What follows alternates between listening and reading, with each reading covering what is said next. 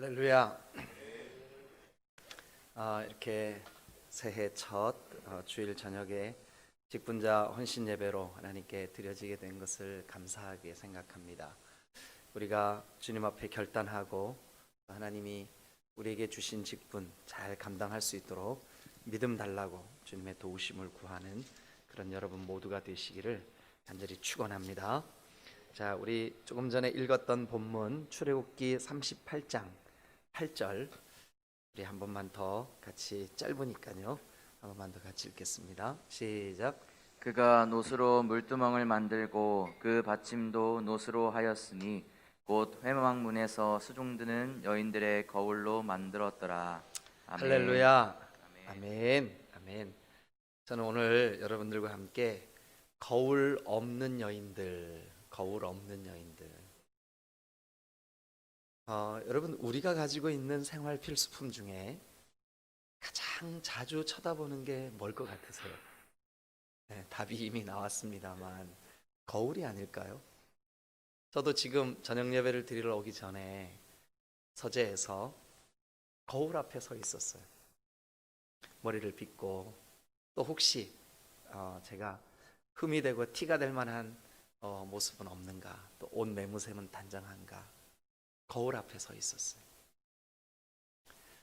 여러분, 거울은 우리에게 아주 대단히 중요한 생활 필수품이에요. 거울에 얽힌 많은 스토리들이 있습니다. 기원전 215년에 로마가 히랍을 침공을 합니다. 그때 히랍에 시쿠라스라고 하는 도시가 있었어요. 시쿠라스.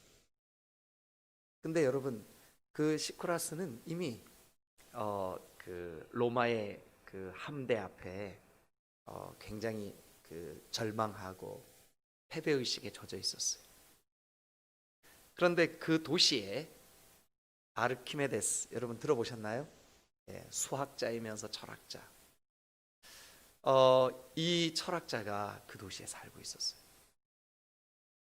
이 철학자가 급히 그 도시에 있는 사람들에게 거울을 모았어요. 당시에 거울은 전부 다 구리로, 노스로 만든 거울이었어요.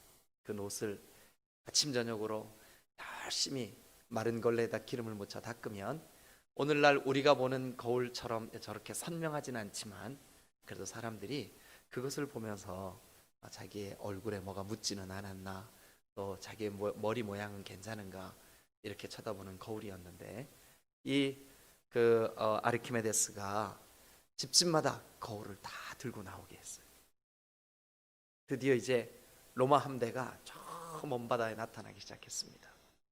거기에서 작은 배들이 그 함대에서 막 내려지고, 이제 그 노를 젓는 노예들이 열심히 로마 군인들을 태워서 이제 이 도시를 침공하기 위해서 막 다가옵니다. 그때 아르키메데스가 크게 소리 지릅니다. 거울을 씌우고 있던 보자기를 벗겨라. 거울을 씌우고 있던 보자기를 벗기고 그 거울을 햇빛에 비추어 가지고 그 노를 젓고 있는 노예들의 눈에 그 빛을 쫙 비치게 했어요. 처음 겪는 이 황당한 사건에 노예들은 그만 눈이 부셔서 견딜 수가 없는 거예요. 노는 저어야 되지요. 눈은 너무 부시죠. 눈을 감고 막 노를 젓다가 그만 자기 편 옆 배를 들이받았어. 허우적거리면서 남의 배를 집었어. 그러니까 또 배가 뒤집히고, 그래서 로마 군이 그만 그 도시에 상륙도 못하고 다 도망가고 말았어요. 이것이 그 유명한 아르키메데스에 의한 기원전 215년에 있었던 실제 전쟁에서 거울 전쟁이라고 하는 이름으로 지금까지 전해 내려오는 이야기예요. 여러분, 하루에 몇 번쯤 거울을 보세요? 요즘은 여자들보다 남자들이 거울을 더 많이 본다죠. 거울을 수도 없이 봅니다. 아침에 잠에서 깨자마자 거울 보고, 화장실 갔다 오자마자 거울 보고, 이유도 없이 거울 앞에 서고, 거울을 하루에, 아마 여러분들도 한번 꼽아보세요. 여러분들이 하루 동안 거울을 몇 번 보았나. 근데 만약 그 거울이 우리 삶에서 없어진다면 느낌이 어떨까요? 막 굉장히 불편할 겁니다. 밖에 나가기도 두려울 겁니다. 여러분들에게 흠이 될 만한 무언가가 있을까 봐 여러분 마음이 굉장히 조마조마할 겁니다. 이스라엘 백성들이 애굽에서 출애굽할 때 저 애굽 사람들에게서 많은 재물과 많은 물질적인 보상을 받아가지고 그것을 가지고 나왔어요. 그런데 여인들에게 보물 1호는 단연 거울이었어요. 오늘날 우리가 생각하는 것처럼 저렇게 유리로 만든 거울, 저런 거울이 아직 없었을 때예요. 그래서 당시의 거울은 대부분이 구리로 만들었어요. 여러분, 구리는 그 무게가 대단히 무겁죠. 저는 어릴 때 우리 마을 한가운데 마을 회관에 동네 사람들이 어떤 잔치나 상이 나거나 그러면 늘 같이 공동으로 사용하기 위해서 동네가 같이 비치하고 있는 그릇이 있었어요. 근데 그 그릇이 놋그릇이었어요. 얼마나 무거운지 몰라요. 그런데 그것을 거울을 그걸로 만들었다 하면서 한번 상상해 보세요. 여러분, 이 거울이 가격도 굉장히 비싸요. 제가 한 번은 이스라엘에 갔는데 이스라엘 그 골동품을 파는 가게에 우리 교회 집사님하고 같이 들어갔어요. 저는 처음에 저 혼자 구경 가는 줄 알고 혼자 쓱 들어갔는데 집사님이 뒤를 이렇게 쭉 따라오시는 거예요. 그래서 제 뒤를 쫄쫄쫄쫄 따라오더니 제가 이제 그 골동품이 쭉 있는 데서 뭐를 하나 기념으로 사갈까 하고 이렇게 둘러보다가 두 가지가 제 눈에 딱 들어왔어요. 하나는 놋으로 만든 거울이었어요. 그리고 또 하나는 양의 뿔을 잘라서 만든 양각 나팔이었었어요. 저거 둘 중에 하나 내가 사가야 되겠다. 그래서 이제 만지작 거울을 보니까 이제 이스라엘 사람들이 관광객들을 위해서 US 달러로 이렇게 가격표를 매겨놨더라고요. 그런데 양뿔로 만든 양각 나팔은 좀 도전해 볼 만 하겠더라고요. 200불 정도 되더라고요. 그러니까 그 당시에 우리나라 돈으로 한 25만 원 정도 됐어요. 근데 놋으로 만든 거울은 집었다가 가격표를 보고 하마터면 놓칠 뻔했어요. 왜냐하면 그 놋으로 만든 거울의 가격표에 이렇게 써져 있었어요. US 달러 2,000불. 그럼 우리나라 돈으로 얼마나 될까요? 한 240만 원, 그죠? 그래서 도저히 용기가 안 나서 살 수가 없었어요. 그래서 양각 나팔을 제가 사가지고 왔어요. 지금도 제 서재에 이번에 제가 우리 디딤돌 교회로 이사 올 때 제 짐을 와서 이렇게 같이 만져주신 분들은 보셨을 거예요. 양나팔 이렇게 그 몇 번 불어보려고 시도를 했다가 잘 못 불었어요. 근데 거기에서 그 골동품 가게에서 굉장히 놀란 거 하나 있어요. 놋거울이 이렇게 비싸구나. 놋거울이 이렇게 비싸구나. 그런데 여러분, 그 귀중품을, 그 비싼 거울을 애굽을 출애굽할 때 여인들은 어떻게 해서든지 저 거울 하나는 꼭 가져가야 되겠다. 무게가 나가더라도 거울만큼은, 왜냐하면 거울이 있어야 얼굴을 볼 거 아니에요. 거울이 있어야 옷을 단정히 입을 거 아니에요. 거울이 있어야 자기 얼굴에 티가 묻었는지 안 묻었는지 볼 거 아니에요. 거울이 있어야 여자가 여자답게 아름답게 치장할 거 아니에요. 그래서 아마 이 여인들은 애굽을 출애굽할 때 뭐를 먼저 가지고 갈까? 아마 그 우선순위 안에 거울이 들어있지 않았을까 하는 생각이 들어요. 광야를 지나기 시작합니다. 이제 광야 생활이 시작되는 시내 광야 앞에, 시내산 앞에서 하나님이 모세에게 명령하십니다. 모세야, 내가 너에게 일러주는 이 식양대로, 이 구조대로, 이 규격대로 성막을 만들어라. 회막을 만들어라. 거기에서 내가 너희를 만나주겠다. 하나님이 회막을 만들으라고 명령을 내리셨어요. 그 회막이 여러분 이렇게 네모난 모양으로 생겼는데 제일 안쪽에는 지성소, 법궤가 들어있는 지성소가 있고 그 다음에 있는 곳이 성소예요. 성소 안에는 떡상과 촛대와 향단이 있어요. 그 성소를 들어가기 전에 두 가지 중요한 물건이 놓여 있습니다. 그 하나가 저와 여러분들이 오늘 보고 있는 이 38장 1절부터 7절에 있는 번제단이에요. 번제단. 회막 문, 큰 문을 지나면 넓은 문, 그 문을 딱 열고 들어가면 제일 먼저 들어가는 사람 눈에 딱 띄는 게 뭐냐 하면 번제단입니다. 번제단에서는 우리의 죄 때문에 짐승들이 번제로 드려집니다. 짐승들을 태워서 죽여서 피를 받아서 그렇게 제물로 드리는 장소입니다. 그런데 그 번제단에서 번제물을 관리하고 태우고 그 번제단에 백성들의 죄를 그곳에서 해결하는 직무를 누가 감당했냐 하면 제사장들이 감당했습니다. 레위 지파 사람들이 감당했습니다.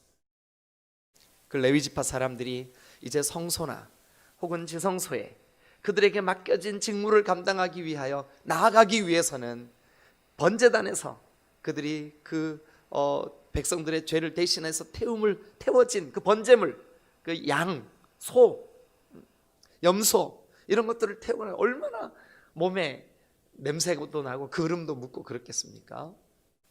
그래서 이 성소와 큰 문 사이에 번제단과 뭐가 있냐 하면 이 번제단에서 직무를 감당한 사람들이 씻을 수 있는 물두멍이 있었어요. 물두멍. 오늘날 우리말로 다시 번역을 하면 아마 욕조 혹은 큰 세숫대. 성경에 이 그 물두멍에 대한 규격은 얼마로 할 것인지, 깊이는 얼마로 할 것인지, 물은 얼마나 담을 것인지 전혀 정보가 없어요. 그러나 분명한 것은 뭐냐 하면 제사장이 몸을 씻을 만큼 큰 물두멍이었어요. 욕조였어요. 근데 그 큰 욕조를 만드는데 재료가 뭔가 하면 자 38장 8절을 다시 한번 읽어보죠. 시작. 그가 뭐로요? 노스로. 예, 다시 한번 뭐라고요? 노스로. 예, 노스로 이 물두멍을 만들어야 되는데 모세가 이제 백성들에게 관구합니다. 여러분, 하나님께서 번제단과 성소 사이에 물두멍을 이렇게 큰 사이즈로 만들으라고 명령을 하셨습니다. 그런데 그 재료는 반드시 놋을 사용해야 됩니다. 놋. 이것은 영적인 의미가 있기 때문에 놋이 아닌 다른 물건으로 쓸 수가 없어요. 대체할 수가 없어요. 하나님의 명령이에요. 그래서 모세는 백성들에게 관구합니다. 여러분 혹시 애굽에서 출애굽할 때 놋을 가지고 나온 것이 있으면 그것을 헌물해 주십시오. 여러분 얼마지 않아 모세 앞에 수북히 뭐가 쌓였을까요? 여인들의 거울이 쌓였어요. 여인들의 놋 거울이 수북히 쌓였어요. 성경은 그 일에 대해서 우리에게 이렇게 말씀하고 있습니다. 자, 다시 한번 8절을 읽죠. 시작. 그가 놋으로 물두멍을 만들고 그 받침도 놋으로 하였으니 곧 회막문에서 수종드는 여인들의 거울로 만들었더라. 네, 회막문에서 수종드는 여인들의 거울로 그 물두멍과 물두멍 받침대를 만들었다고 오늘 이 성경 본문이 우리에게 알려주고 있어요. 자, 물두멍을 만들으라고 하나님이 명령하셨습니다. 이 물두멍을 만들기 위하여 놋이 필요합니다. 놋을 가지고 있는 분들은 헌신해 주세요. 헌물해 주세요. 그 헌물을 들고 나온 사람들이 대부분 여기 성경은 우리에게 회막에서 수종드는 여인들이 그들의 가장 소중한 생활 필수품 거울을 가지고 나왔습니다. 여러분 회막에서 수종드는 여인들은 무슨 일에 수종을 드는 사람들이었을까요? 이 사람들은 새 대상 앞에 수종드는 사람들이었어요. 새 대상 앞에. 첫 번째 대상은 누구냐 하면 하나님이었어요. 그 회막은 하나님의 임재가 있는 곳이에요. 그 회막은 하나님께 예배하는 곳이에요. 그래서 그 회막에 소용되는 모든 물건들은 다 하나님을 위한 것이에요. 그러니까 이 여인들은 끊임없이 회막에서 아름다운 예배가 이루어지고, 회막에서 아름다운 제물이 바쳐지고, 회막에서 백성들의 죄가 용서함을 받고, 회막에서 마음껏 백성들이 예배할 수 있고 하나님의 임재가 나타나는 것을 사모하기 위하여 이 여인들은 회막을 수종드는 사람들이었어요. 즉 다시 말씀드리면 하나님께 수종드는 사람들이었어요. 여러분, 이 여인들은 누구를 수종드는 사람들이었을까요? 두 번째는 제사장에게 수종드는 사람들이었어요. 특별히 레위 지파 사람들 대부분이 순번을 짜서 이 회막 성소에서 끊임없이 자기들의 직무를 감당해야 됐는데 그들을 수종들었습니다. 여인들이 그들이 심부름을 시키면 심부름을 해야 했고, 그들이 부탁하는 것이 있으면 얼른 갖다 만들어야만 했고, 그들이 무슨 술을 놓으라 그러면 술을 놓았고, 그들이 무엇을 옮겨달라 그러면 옮겨주는 일을 했고, 이 여인들은 제사장들을 수종드는 사람들이었어요. 민수기에 보면 이때 회막의 일들을 감당하기 위하여 하나님이 구별하여 레위 지파로 제사장으로 하나님의 일을 맡긴 사람들의 수가 24,000이나 됐어요. 그러니까 이 여인들이 24,000의 제사장들 혹은 레위 지파 사람들을 수종드는 여인들이었어요. 하나님과 하나님의 일을 맡은 사람들에게 수종드는 여인들. 세 번째로 이 여인들은 누구를 수종들었을까요? 자기의 죄 문제 때문에 내가 하나님 앞에 이런 죄를 졌구나, 내가 내 죄를 이 양에게, 이 염소에게, 이 황소에게, 이 비둘기에게 전가시켜 주면 좋겠다.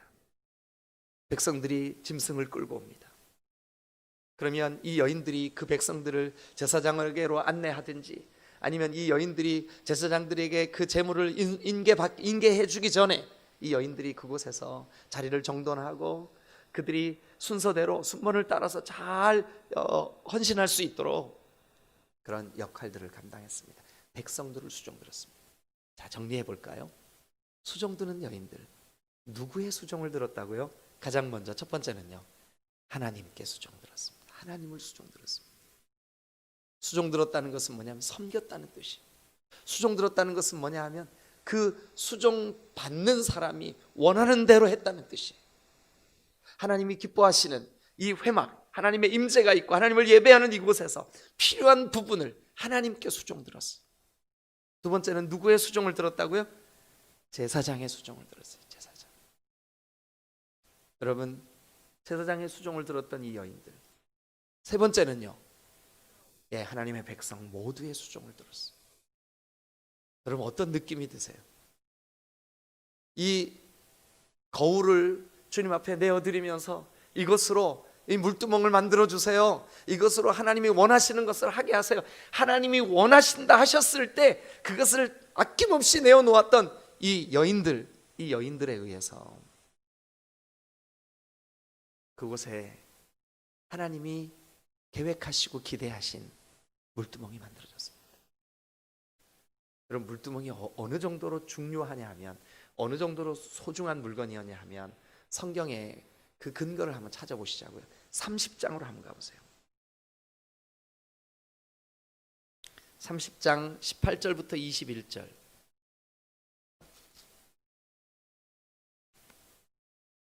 자, 다 같이 한번 읽겠습니다. 시작. 너는 물두멍을 노스로 만들고 그 받침도 노스로 만들어 씻게 하되 그것을 회막과 제단 사이에 두고 그 속에 물을 담으라. 아론과 그의 아들들이 그 두멍에서 수족을 씻되 그들이 회막에 들어갈 때에 물로 씻어 죽기를 면할 것이요, 제단에 가까이 가서 그 직분을 행하여 여호와 앞에 화제를 살을 때에도 그리할지니라. 21절도 이와 같이 그들이 그 수족을 씻어 죽기를 면할지니 이는 그와 그의 자손이 대대로 영원히 지킬 규례니라. 그러면 여러분, 물두멍에서 제사장이 씻지 않고 그에게 맡긴 직무를 감당하면 어떻게 된다는 얘기예요? 죽는다는 얘기예요. 그러니까 이 물두멍은 제사장들의 목숨을 지켜줄 수 있는 소중한 도구예요. 그 소중한 도구를 무엇으로 만들었을까요? 다시 오늘 우리가 함께 봤던 38장 8절의 본문에 의하면 수종드는 여인들의 거울로 만들었어요. 여러분, 이 여인들이 지금 어디에 있는 줄 아십니까? 광야에 있습니다. 애굽으로 돌아갈 수도 없고 이스라엘 백성들 공동체를 이탈할 수도 없고 광야 한가운데 무슨 가게가 있는 것도 아니고, 여러분, 한번 내가 가지고 있는 거울을 내어드리고 나면 다시는 나에게 거울이 소유될 수가 없어요. 거울을 가질 수가 없어요. 거울을 구할 수가 없어요. 그 귀한 물건을 어떻게 내가 다시 구할 수 있겠습니까? 내어드리면 끝이에요. 제가 하나님에서 목회할 때 우리 교회에 찬양 인도를 맡아서 하는 찬양 사역자가 평신도 일본 선교사였었어요. 일본에서 3년 동안 평신도로 선교 사역을 하다가 한국에 들어왔는데, 그래서 성도들이 다 그분을 선교사님이라고 호칭을 했었어요. 근데 이 선교사님이 전에 우리나라가 경제적으로 굉장히 어려울 때 에스콰이어라고 하는 회사에, 에스콰이어 여러분 구두 만들고 핸드백 만들고 여자들 그 의류 같은 거 만들고 하는 그런 회사인데, 그 회사의 직원이었었어요, 이분이. 그곳에서 신우회를 구성하고 예배를 인도하고 이런 일들을 감당했던 형제예요. 어느 날 저한테 아마 점심때 밥을 먹으면서 얘기했던 것 같아요.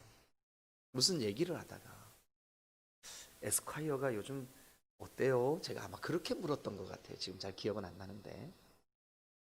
근데 제가 깜짝 놀랄 이야기를 들었어요. 뭐냐 하면 에스콰이어가 한참 회사가 잘 나갈 때 전체 직원이 4,500명이었었대요. 별로 안 놀라시네요. 근데 갑작스럽게 회사가 어려움이 생겨가지고 부도 위기가 찾아왔대요. 그래서 회사가 막 흔들릴 때, 이때 그 스태프들이 사장님과 또 임원 이런 분들이 이게 구조조정을 하고 회사를 이게 살려야 되는데 어떻게 해야 될까 굉장히 고민을 많이 했대요. 그러면서 당시에 그 4,500명 중에 3,800명의 직원을 사표를 받아야만 했대요. 4,500명 중에 3,800명. 나머지 700명만 남겨둬야 되는데 무슨 기준으로 이 700명을 남길까? 그래서 임원들 그리고 중책을 맡은 그 회사의 중역들 다 모여가지고 머리를 맞대고 회의를 하면서 이런 결론을 맺었다는 거예요. 각자 자기가 맡고 있는 부서에 회사가 어려울 때, 회사가 경제적으로 아주 심각해졌을 때 기꺼이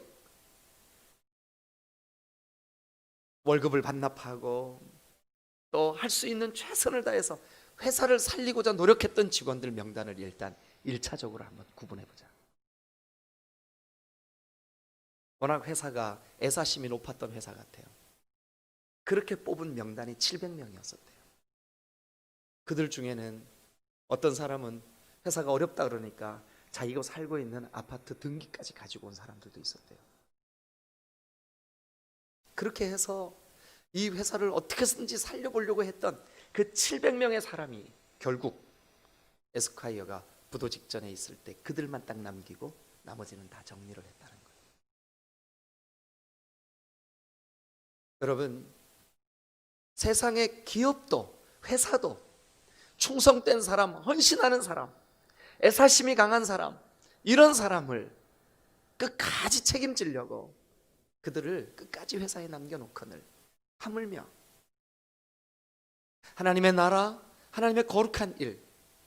여러분, 오늘 이 성경에 거울을 하나님 앞에 내다 바쳐서 물두멍 만드는 도구로 쓰도록 자기가 가지고 있는 이 거울을 내어드려서 거울 없는 여인으로 평생을 살기로 결단한 이 여인들, 거울 없는 이 여인들, 이들이 하나님께 수종들고 제사장에게 수종 들고, 그리고 온 백성이 예배하는 일에 불편하지 않도록 수종 드는 이 여인들, 여러분, 날마다 제사장들을 만나야 되는데, 날마다 백성들을 만나야 되는데, 날마다 하나님을 예배하는 초소에서 그들이 이런 이 모양 저 모양의 일들을 감당해야 되는데 얼마나 거울이 필요했겠습니까? 그런데 자기에게 그 가장 소중한 그 거울을 내가 수종 들어야 할 하나님이 필요로 한다 하실 때 기꺼이 내어놓았습니다. 하나님의 일 맡은 거룩한 제사장들이 물두멍을 만들어야 하는데 그 재료를 노수로 해야 한답니다. 이게 필요합니다. 그랬더니 이 사람들이 자기들 품에 고이 간직하고 있었던, 아니 매일 하루에도 12번씩이나 쳐다보고 또 쳐다보았던, 자기 손때가 묻었던, 자기가 반들반들 매일마다 닦고 관리했던 그 거울을 아낌없이 하나님을 위해, 제사장을 위해, 백성들을 위해 내어놓았습니다. 교회가 세우는 직분은 사실 이 직분자들이 섬겨야 될 대상이 거울을 내놓았던 수종드는 여인들의 섬김의 대상과 매우 흡사합니다. 교회의 직분은 1차적으로 하나님을 섬기기 위한 것입니다. 또한 교회의 직분은 성도들이 하나님을 예배하는 일에 도움을 주고 그들의 신앙이 세워지게 하기 위한 직분입니다. 직분은 사실 엄격히 따지면 수종드는 일입니다.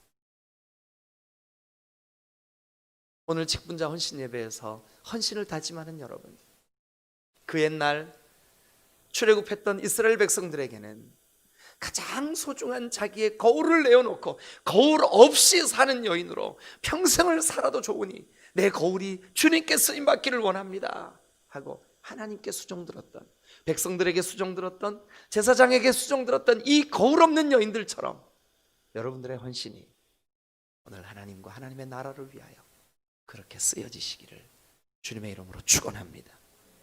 할렐루야. 하나님, 나에게 가장 소중한 거, 나에게 가장 매일 내가 봐야만 되는 거, 그게 나에게서 없어져서 하나님께 드려진다 할지라도 제가 이거 아낌없이 내어드리겠습니다. 이게 바로 거울 없는 여인들의 헌신입니다. 오늘 우리가 직분자 헌신 예배로, 어떤 사람들은 집사로, 어떤 사람들은 목사로, 어떤 사람들은 회장으로, 어떤 사람들은 기관장으로, 이거 우리 다 직분입니다.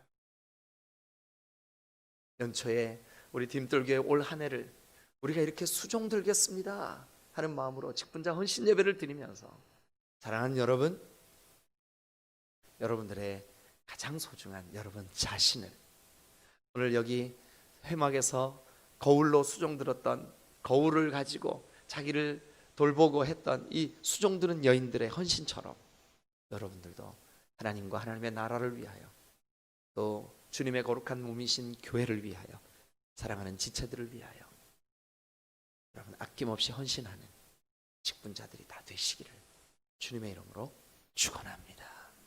할렐루야. 할렐루야. 기도하시겠습니다.